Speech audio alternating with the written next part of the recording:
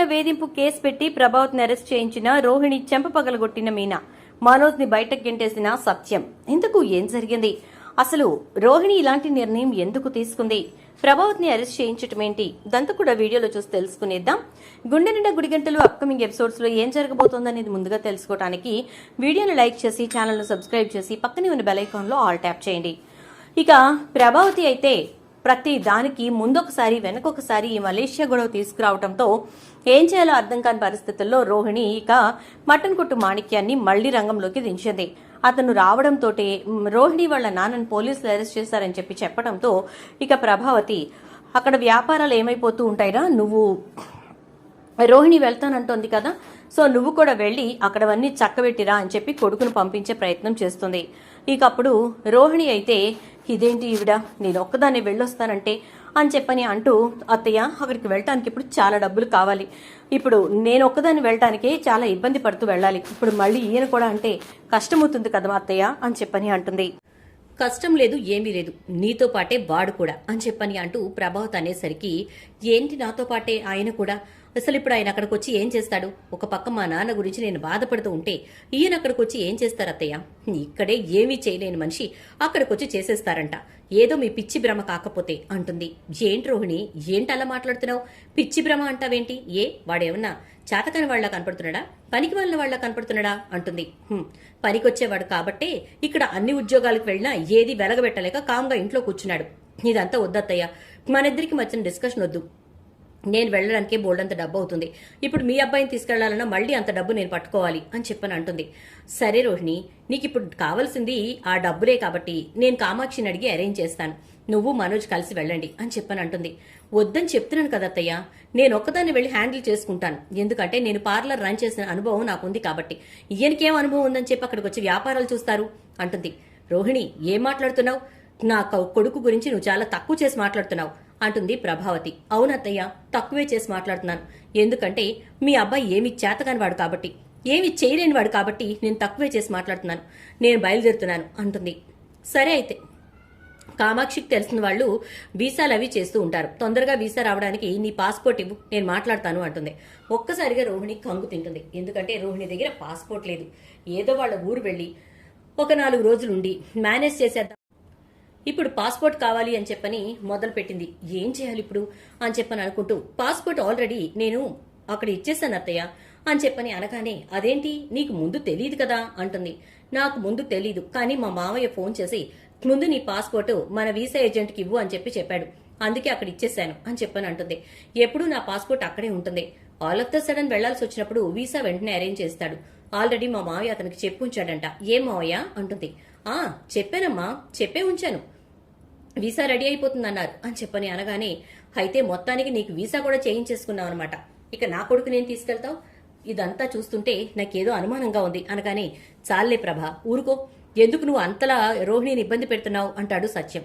కాదండి, నాకు ఒక్కసారి కాదు 2 సార్లు కాదు, ఇప్పుడు ప్రతిసారి ఇలాగే జరుగుతోంది, మనం ఎవరం వెళ్లడం గాని మనం వాళ్లతో మాట్లాడటం గాని చూడటం గాని జరగదు, కానీ అన్నీ జరిగిపోయినట్టుగా మనల్ని భ్రమల్లో ఉంచుతుంది అని చెప్పనంటే, అత్తయ్య మీరు మరీ నన్ను అంత అనుమానించాల్సిన అవసరం లేదు అంటూ రోహిణి పౌరుషానికి పోయి మాట్లాడుతూ ఉంటే, అనుమానించక ఏం చేయమంటావు, నువ్వేం చేస్తున్నావో నీకు అర్థమవుతుందా అని చెప్పని అనగానే, ఇప్పుడు మీకేం కావాలి? డబ్బు కావాలి, బంగారం కావాలి, నగలు కావాలి, ఇంకా మీ అబ్బాయి వ్యాపారం కావాలి, అంతేనా అని అంటే, అంతే, అవే కావాలి అనగానే, ఏం మనోజ్ వీటి కోసమే నువ్వు నన్ను పెళ్లి చేసుకున్నావా అంటుంది. అది కాదు రోహిణి అంటే, దయచేసి నాకు ఆ సమాధానం చెప్పు, వీటి కోసమే నన్ను పెళ్లి చేసుకున్నావా? నన్ను ప్రేమించినప్పటికీ నీకు ఇవన్నీ తెలుసా? తెలీదు కదా, కానీ అప్పటికే నువ్వు నాకు ఐ లవ్ యూ చెప్పావు, ఆ తర్వాత నేను వీటన్నిటి గురించి చెప్పాను, అంతేనా కాదా అంటే, అవును అంటాడు. మరి అటువంటప్పుడు ఇవన్నీ ఏంటి, నాకు కనీసం నోరు విప్పి మాట్లాడవా అని అంటూ ఉంటుంది రోహిణి. అమ్మ అది అంటే, నోరు ముయిరా, నువ్వు మాట్లాడుతూ ఉంటే అది ఇంకా నీతో మాట్లాడిస్తూనే ఉంటుంది, నీకు అసలు ఏమైనా అర్థమవుతుందా, అసలు అదేం చేస్తుందో అని చెప్పి ప్రభావతి అంటూ ఉంటుంది.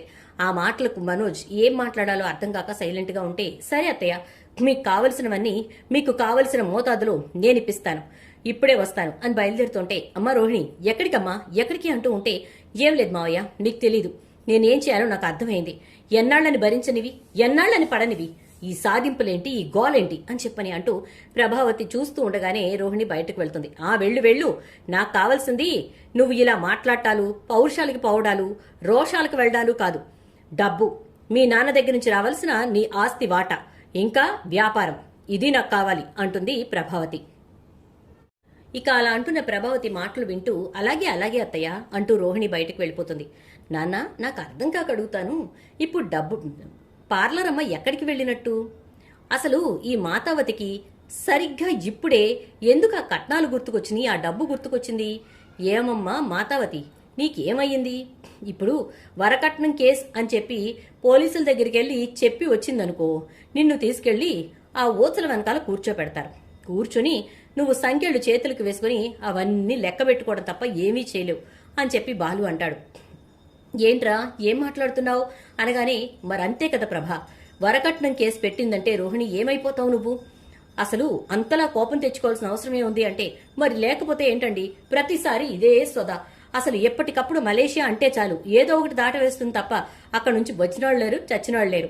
ఇదిగో వచ్చిన ఈ ఒక్కడోనేమో ఇలా ఏడ్చాడు అని చెప్పేసి అంటూ మాణిక్యం వైపు చూపిస్తూ, మీ మేనకోడలు ఎక్కడికి వెళ్ళింది అడగడం మానేసి సైలెంట్ గా కూర్చున్నారేంటి అనగానే, ఏం చేస్తుందండి, ఏం చేస్తుంది? ఈ రకంగా వేధింపులు సాధింపులు పడుతోందని చెప్పి మా బావకు తెలిస్తే ఖచ్చితంగా ఇక్కడి నుంచి రోహిణిని తీసుకెళ్లిపోతాడు అని అంటాడు మాణిక్యం కవర్ చేస్తూ. అయినా మా బేబీ ఎక్కడికి వెళ్ళిపోయిందో ఏంటో అని చెప్పి గబగబా అక్కడి నుంచి బయలుదేరి రోహిణికి ఫోన్ చేస్తాడు. నేను వీధి చివరన్న బస్ స్టాప్ లో ఉన్నాను రా అని చెప్తుంది. ఇంక అక్కడికి వెళ్ళాక, ఏంటమ్మా ఇదంతా అని చెప్పని అంటే, అదంతా నా కర్మలే కాని ఇగో నీ డబ్బులు తీసుకెళ్ళు అంటుంది. వద్దమ్మా, ఇక్కడ నీ జీవితం పెనం మీదున్న అట్టులా ఉందని నాకు అర్థమైపోయింది. కాబట్టి నేను ఇంకా నీకు ఇబ్బందులు పెట్టలేనులే కానీ ఎప్పుడైనా అవసరమైతే చెప్పు, నేను వెళ్తున్నాను అని చెప్పని అంటాడు. అలాగే అయితే అని రోహిణి పంపించేసి ఇక డైరెక్ట్గా పోలీస్ స్టేషన్కే వెళ్తుంది. ఇలా పోలీస్ స్టేషన్కి వెళ్ళినటువంటి రోహిణి విషయం మొత్తం చెప్తుంది. అంటే తన అత్తగారు తన్ని డబ్బు కోసం, నగల కోసం, బంగారం కోసం, ఇంకా వాళ్ళ అబ్బాయికి వ్యాపారం పెట్టించమని ఇలా ప్రతిదాని గురించి సాధిస్తోందని చెప్పి కంప్లైంట్ చేస్తుంది.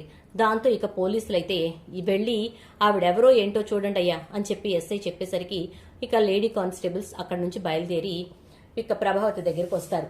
ఏమ్మా, మీరు ఇక్కడ వరకట్నం గురించి ఒక అమ్మాయిని వేధిస్తున్నారట, మీ ఇంటి పెద్ద కోడల్ని అని చెప్పేసి అడిగేసరికి షాక్ అయిపోతుంది ప్రభావతి. అంటే అది కాదండి అంటూ ఉంటుంది. ఏంటమ్మా, ఏది కాదు, అసలు అలా చేయటం ఏంటి? పదండి, మిమ్మల్ని ఎస్ఐ గారు రమ్మంటున్నారు అని చెప్పి ఇక స్టేషన్కి తీసుకెళ్తారు లేడీ కానిస్టేబుల్స్. నేను చెప్తూనే ఉన్నానా, వెళ్ళి కంప్లైంట్ పెట్టుద్దని, పెట్టింది అని అనగానే ఇక వెనకాలే సత్యం, బాలు, మనోజ్ అందరూ వెళ్తారు.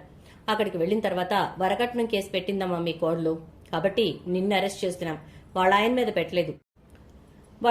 పెట్టలేదు, నువ్వే సాధిస్తున్నావని పెట్టింది, సో నిన్నే అరెస్ట్ చేస్తున్నావని జైల్లో కూర్చోపెడతారు ప్రభావతిని. ఒక్కసారిగా అందరూ షాక్ అయిపోతారు. ఇదేంటండి, ఆడమనిషిని అంటే మరి ఆడమనిషే ఎదుట ఆడమనిషిని సాధిస్తే ఎలా అయ్యా, మీరైనా చెప్పాలి కదా అంటూ ఉంటే, సరే సార్ నేను బెయిల్ తెచ్చుకుంటానని సత్యం గబగబా లాయర్ కోసం వెతుకుతూ ఉంటే, మావయ్య కంగారు పడకండి అని మీనా తనకు తెలిసినటువంటి లాయర్కి ఫోన్ చేసి అడుగుతుంది. సార్, మీకు పూలిచ్చేదాన్ని కదా మీనాని అంటే, చెప్పమ్మా అంటే అని విషయం మొత్తం చెప్తుంది. దాంతో ఆయన, నేను వస్తానులేమ్మా, బెయిల్ ఇస్తాను అని చెప్పి గబగబా వచ్చి ప్రభావతికి బెయిల్ ఇస్తారు. కేసేం కాకుండా చూడండి సార్ అని చెప్పి వెళ్ళిపోతారు. ఇక ప్రభావతి చాలా ఉడికిపోతూ ఉంటుంది, ఊగిపోతూ ఉంటుంది. ఇంటికి వెళ్ళిపోతారు. వెళ్ళిన తర్వాత సత్యం మనోజ్ తోటి, నువ్వు నీ భార్యను తీసుకుని దయచేసి ఇంట్లోంచి వెళ్ళిపో మనోజ్, మీరు ఎలా బ్రతుకుతారు ఏంటి అనేది మాకు అనవసరం. ఈ ఇంటి వైపుకు చూడొద్దు, ఈ ఇంటి నుంచి ఒక్క రూపాయి కూడా ఆశించొద్దు, మీ బ్రతుకు మీరు బ్రతకండి, ఇప్పటికి చేసింది చాలు. నా భార్యని తీసుకెళ్లి పోలీస్ స్టేషన్లో కూర్చోపెట్టారు. నా భార్య ఎంత కన్న కూతురులా చూసుకుందో నాకే తెలుసు, మీకు తెలుసు అని చెప్పేసేసి అనగానే ఒక్కసారిగా ఇక మనోజ్ ఏం చేయాలో అర్థం కాక చూస్తూ ఉంటే, పోరా బయటికి పో అని చెప్పి ప్రభావతి కూడా అంటుంది. షాక్ అయిపోతాడు మనోజ్. ఇక ఇటు నుంచి రోహిణి ఏమో, ఇదే నాకు కావాల్సింది, లేకపోతే సాధించుకు తింటావా, 24 గంటలు మలేషియా, డబ్బు, నగలు, వ్యాపారం, ఇదేనా నీ మాటలు అని చెప్పేసేసి అంటూ ఇక మనోజ్ వంక చూస్తూ, ఏంటి మనోజ్ వస్తావా లేకపోతే అనగానే, వద్దు రోహిణి వస్తాను అంటూ బయలుదేరుతాడు. లేదంటే మనోజ్ మీద కూడా కేసు పెడుతుందని భయపడతాడు. ఇక ప్రభావతి మీనా వంక చూస్తూ అలా పైకి వెళ్ళిపోతుంది. చూద్దాం మరి రాబోయే ఎపిసోడ్స్ లో ఏం జరుగుతుందో. వీడియో నచ్చితే లైక్ అయితే చేసి వీడియోని షేర్ చేసేయండి. అలాగే ఛానల్ మీరు ఇప్పుడే చూస్తున్నట్లయితే సబ్స్క్రైబ్ చేసుకోవడం, పక్కనే ఉన్న బెల్ ఐకాన్ లో ఆల్ ట్యాప్ చేయడం మాత్రం మర్చిపోకండి. Thank you.